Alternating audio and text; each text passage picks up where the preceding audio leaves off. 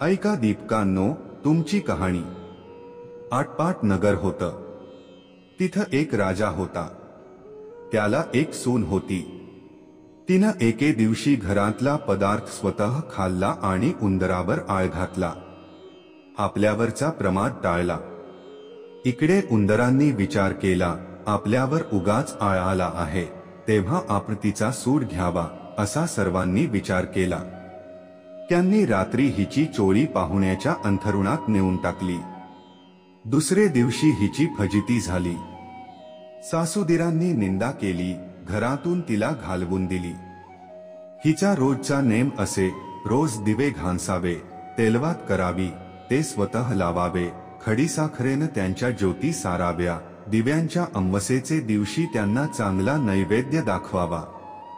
त्याप्रमाणे ही घरातून निघाल्यावर ते बंद पडलं। पुढच्या अवसेच्या दिवशी राजा शिकारीहून येत होता। एका झाडाखाली मुक्कामास उतरला। तिथं त्याच्या दृष्टीस एक चमत्कार पडला। आपले सर्व गावातले दिवे अदृश्य रूप धारण करून झाडावर येऊन बसले आहे। एकमेकांपाशी गोष्टी करीत आहे। कोणाचे घरी जेवाव्यास काय केलं होतं, कशी कशी पूजा मिळाली, वगैरे चौकशी चालली आहे। सर्वत्रांनी आपापल्या घरी घडलेली हकीकत सांगितली। त्यांच्या मागून राजाच्या घरचा दिवा सांगू लागला, बाबांनो, काय सांगू, यंदा माझ्यासारखा हतभागी कोणी नाही। मी दरवर्षी सर्व दिव्यांत मुख्य असायचा, माझा थाटमाट जास्ती व्हायचा, त्याला यंदा अशा विपत्तीत दिवस काढावे लागत आहे। इतकं म्हटल्यावर त्याला सर्व दीपकांनी विचारलं, असं होण्याचं कारण काय? मग तो सांगू लागला, बाबांनो, काय सांगू, मी ह्या गावच्या राजाच्या घरचा दिवा। त्याची एक सून होती, तिनं एके दिवशी घरातला पदार्थ स्वतः खाल्ला आणि उंदरांवर आळ घातला। आपल्यावरचा प्रमाद टाळला।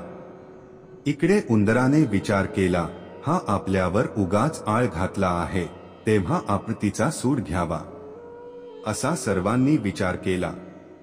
रात्री तिची चोळी पाहुण्याच्या अंथरुणात नेऊन टाकली। दुसरे दिवशी तिची फजिती झाली। सासूदिरांनी निंदा केली, घरातून तिला घालवून दिली। म्हणून मला हे दिवस आले। ती दरवर्षी माझी मनोभाव पूजा करीत असे।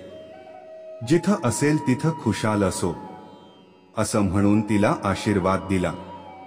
घडलेला प्रकार राजानं श्रवण केला। आपल्या सुनेचा अपराध नाही अशी त्याची खात्री झाली। घरी आला। कोणी प्रत्यक्ष पाहिले आहे काय म्हणून चौकशी केली। तिला मेणा पाठवून घरी आणली। झाल्या गोष्टीची क्षमा मागितली। साया घरात मुखत्यारी दिली। ती सुखानं रामराज्य करू लागली।